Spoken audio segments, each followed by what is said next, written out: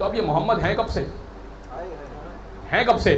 تو اب آئیے بخاری کی حدیث، کنت نبیا وآدم بین الماء والطین، میں اس وقت بھی نبی تھا جب آدم پانی اور مٹی کے درمیان تھے. یہ نہیں کہا کنت موجودن، میں موجود تھا، کنت نبیا، میں نبی تھا، اور فوراً علی بولے یہ حصہ حذف کر دیا ہے، یہ حصہ ہمارے پاس موجود ہے. کنت ولیا وآدم بین الماء والطین، میں اس وقت بھی ولی تھا جب آدم پانی اور مٹی کے درمیان تھے.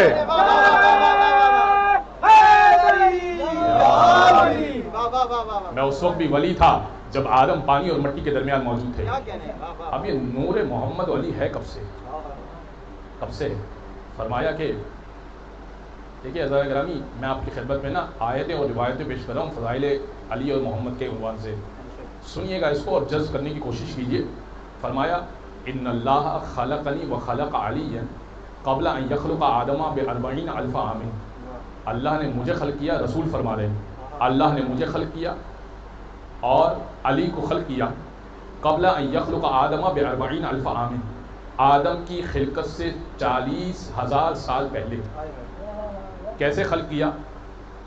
خلق نورا، اللہ نے ایک نور کو خلق کیا، فقسمہ، اسے تقسیم کر دیا. خلقنی من نصفہ وخلق علی من النصف الاخر، آدھے سے مجھے خلق کیا، اس کے دوسرے آدھے سے علی کو خلق کر دیا. جعلنا عن یمین عرشہ، اس کے بعد ہمیں عرش کے دائیں جانب رکھ دیا. فخلق الملائکہ، اور پھر ملائکہ کو خلق کیا. تو اب ملائکہ نے جب ان انوار کو دیکھا نا محمد و علی کے نور کو عرش کے دائیں جانب، وہ ملائکہ یہ سمجھے کہ یہ ہمارے خالق ہیں. رسول گرامی کہتے ہیں کہ اس سے پہلے کہ یہ ملائکہ ہماری تسبیح پڑھتے، سبحنا فسبحت الملائکہ، ہم نے اللہ کی تسبیح پڑھی تو ملائکہ نے اللہ کی تسبیح پڑھی. یعنی ملائکہ کو تسبیح سکھانے والے محمد و علی کا نور ہے. سبحنا فسبحت الملائکہ، ہم نے اللہ کی تسبیح پڑھی تو ملائکہ نے اللہ کی تسبیح پڑھی. کبرنا فکبرت الملائکہ، ہم نے اللہ اکبر کہا، اللہ بہت بڑا ہے تو ملائکہ نے اللہ اکبر کہا.